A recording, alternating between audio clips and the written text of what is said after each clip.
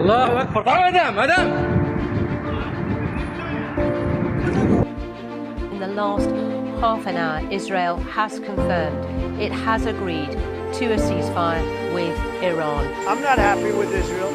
You know, when I say, okay, now you have 12 hours. A short time ago, the U.S. military carried out massive precision strikes on the three key nuclear facilities. अस्सलाम वालेकुम दोस्तों, कैसे हैं आप? मैं हूं काशिफ चांडियो और आप देख रहे हैं मेरा यूट्यूब चैनल। ईरान ने अमेरिका के अल उदेद मिलिट्री एयरबेस को कतर में निशाना बनाया, जो कि अमेरिका का सबसे बड़ा मिलिट्री एयरबेस है। जब अमेरिका ने B-2 बम्बार इस्तेमाल करके और अपने GBU-57 बंकर बस्टर्स के जरिए ईरान की 3 न्यूक्लियर फैसिलिटी को निशाना बनाया था, जिसमें फर्दो, नतनपुर, इस्फहान शामिल है, तो ये एक वाज़ेह ऐलान जंग था अमेरिका का ईरान के खिलाफ।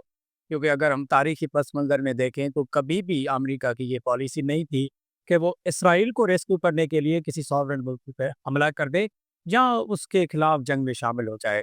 1967 की अगर हम अरब इसराइल वार देखें या 1973 की अगर हम वार देखें तो उसमें भी इस तरह से अमेरिका शामिल नहीं हुआ था।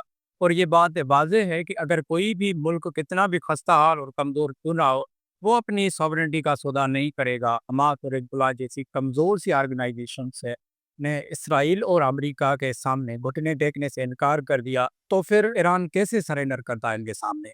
तो इसी कॉन्टेक्स्ट में ईरान ने ये पहले ही वार्न किया था अमेरिका को कि अगर अमेरिका हमारे खिलाफ हमला करता है तो हम जवाबी कार्रवाई करेंगे। तो अल उदेद मिलिट्री एयरबेस को ईरान ने निशाना बनाया। राइटर्स की रिपोर्ट के मुताबिक ईरान ने पहले ही ये कतर और अफ्रीका को ये आगाह कर दिया था कि ईरान हमला करने वाला है। इस बात में इसलिए भी सदाकत बढ़ जाती है कि हमले से कुछ घंटे पहले कतर ने अपनी एयर स्पेस को आर्जी तौर पर बंद कर लिया और उसके साथ साथ यूके और यूएस ने भी अपने शहरियों को हिदायत की थी कि वो किसी महफूज मकाम पर मुंतकिल हो जाए ताकि ज़्यादा से ज़्यादा नुकसान ना हो। अब अल उदेद मिलिट्री एयरबेस अमेरिका का सबसे बड़ा मिलिट्री बेस है मशरक़ वस्ती में। तकरीबन मुख्तलिफ रिपोर्ट्स के मुताबिक 27 मिलिट्री एयरबेसेस अमेरिका के इसके खिते में मौजूद हैं और सबसे बड़ा अल उदेद है। और ये जो सारे 27 मिलिट्री एयरबेसेस हैं उसकी सेंट्रल कमांड यहाँ से ही होती है। अगर हम मिलिट्री कॉन्टेक्स्ट में बात करें तो ये मशरक़ वस्ती का पेंटागन है। यहाँ पे ना सिर्फ अमेरिका के बल्कि डेनमार्क, यूके, फ्रांस और कतर के भी फोर्सेस मौजूद हैं। तो ये एक बड़ा ही अहमियत का हामिल अड्डा है। मुख्तलिफ रिपोर्ट्स के मुताबिक ईरान ने इस हमले में शॉर्ट रेंज और बैलिस्टिक मिसाइल्स का इस्तेमाल किया। तो कि ईरान के पास क्रूज मिसाइल्स भी थे, लेकिन उन्होंने डीस्कलेशंस का ख्याल रख के इन मिसाइलों का ही इस्तेमाल किया।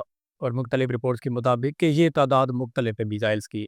ईरान ने बताया है कि 6 मिसाइल फायर किए गए हैं और कतर ने 19 का बयान किया है और अमेरिका ने बताया कि तकरीबन 14 मिसाइल्स फायर किए गए हैं, जिसके नतीजे में कोई ख़ास नुकसान तो नहीं हुआ। ईरान के लिए इस हमले की एक सिंबॉलिक, विजुअल और स्ट्रेटजिक अहमियत थी। अगर स्ट्राइक के कॉन्टेक्स्ट में देखें तो इसकी कोई अहमियत नहीं थी। इस हमले के ज़रिए ईरान ये वाज़ेह करना चाहता था मगरबी ताकतों और गल्फ़ कंट्रीज़ को कि मैं ख़ुद को प्रोटेक्ट करने के लिए, अपनी सॉवरेनिटी को प्रोटेक्ट करने के लिए किसी भी हद तक जा सकता हूँ और मैं कभी भी मगरबी ताकतों या गल्फ़ कंट्रीज़ के सामने सरेंडर नहीं करूँगा।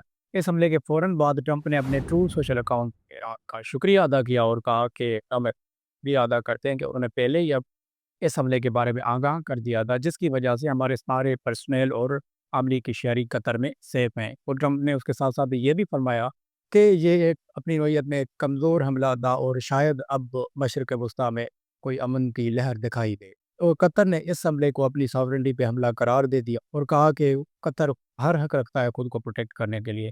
सऊदी अरब, बहरीन और ओमान ने भी इस हमले की मजम्मत की और ईरान के सुप्रीम लीडर ने कहा कि हमने किसी पर हमला नहीं किया और ना ही किसी के हमलों को कबूल करेंगे। हम किसी की जारियत के सामने सर तस्लीम खम नहीं करेंगे। यही ईरानी कौम की मंतक है। ईरान की जवाबी कार्रवाई के बाद जंग के खतरात इस खित्ते में बढ़ने का इम्कान था, क्योंकि ट्रंप ने पहले ही ये वार्न किया था ईरान को कि अगर ईरान हमला करता है तो उसके नतीजे में ईरान को मुंह तोड़ जवाब दिया जाएगा। लेकिन फिर अचानक हमने देखा कि अपने ट्रू सोशल अकाउंट पे ट्रंप इसराइल और ईरान के दरमियान सीज़ फायर अनाउंस करते हैं। ट्रंप ने कहा कि इसराइल और ईरान के दरमियान मुकम्मल तौर पर इत्तफाक किया गया है कि मुकम्मल जंग बंदी होगी और इसमें अमीर कतर का भी कलीदी किरदार था, उनका भी ट्रंप ने शुक्रिया अदा किया। जंग बंदी के नाफिज होने के 4 घंटे पहले इसराइल ने इस जंग बंदी की वायलेशन की और ईरान पे उन्होंने हमले दाग दिए, जिस पे ट्रंप ने गुस्से का इजहार करते हुए कहा कि मैं इसराइल से बिल्कुल भी खुश नहीं हूँ। اور اس ایران کا بیان آیا کہ ہم نے نہیں کی اور ہم نے سیز فائر کی وائلیشن نہیں کی بلکہ یہ اسرائیل نے کی ہے۔ تو ٹرمپ نے اسرائیل کے پرائم منسٹر نیتن یاہو سے بات کر کے پھر اس جنگ بندی کو انہوں نے بحال کروا دیا، اور اس حملے میں 3-4 چیزیں واضح ہو چکی ہیں کہ اسرائیل مغربی طاقتوں سے مل کے کسی پہ بھی حملہ کر سکتا ہے۔ جو گلف کنٹریز ہیں ان کو اپنی پالیسیز کے طرف دیکھنا چاہیے کہ اسرائیل کو اس خطے میں کیسے کاؤنٹر کرنا ہے۔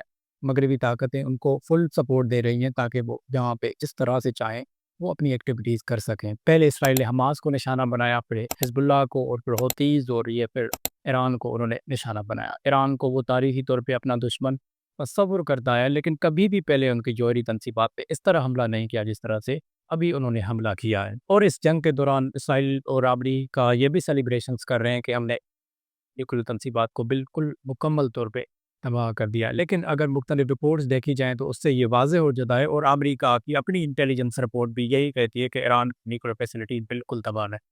جو فردوں کے نیچے یورینیم انریچمنٹ وغیرہ یا ان کا جو مٹیریل پروسیس چل رہا تھا وہ مکمل طور پہ تباہ نہیں ہوا ہے۔ اور یہ بھی رپورٹس ساتھ ساتھ چل رہی ہیں کہ ایران نے تقریباً اپنے نیوکلیئر فیسلٹیز کو کسی محفوظ مقام پر منتقل کر دیا تھا، اور ایران یہ جانتا تھا کہ امریکہ اور اسرائیل مل کے اس کے نیوکلیئر فیسلٹیز کو نشانہ بنا سکتے ہیں، اس لیے انہوں نے یہ پہلے ہی ایک سسٹمیٹک تیاری کر رکھی تھی کہ کس طرح ہم نے خود کو پروٹیکٹ کرنا ہے۔ اور اس جنگ میں یہ ایران نے واضح پیغام دیا ہے مغربی طاقتوں، اسرائیل، امریکہ اور ایون گلف کنٹریز کو کہ میں کسی کے سامنے سر تسلیم ہم نہیں کروں گا۔ جس طرح آیت اللہ خامنائی نے یہ خود کہا تھا کہ یہی ایرانی قوم کی منطق ہے کہ وہ کسی کے سامنے سرنڈر نہیں کریں گے۔ اور اس جنگ میں یہ بھی ایک بات واضح ہو چکی ہے کہ اسرائیل ایک طویل جنگ نہیں لڑ سکتا، جس طرح TR نے یہ رپورٹ کیا کہ ان کے تقریباً ایئر ڈیفینس سسٹم 12 دن میں کولپ کر جائیں گے، اور اکانومی اتنی مضبوط نہیں ہے کہ وہ ایک طویل جنگ میں شامل ہو جائے۔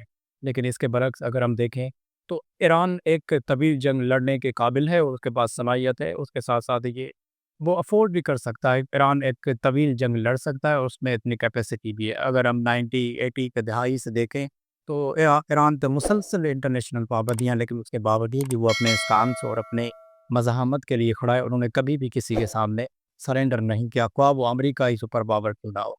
ابھی کے لیے اتنا ہی، بہت شکریہ۔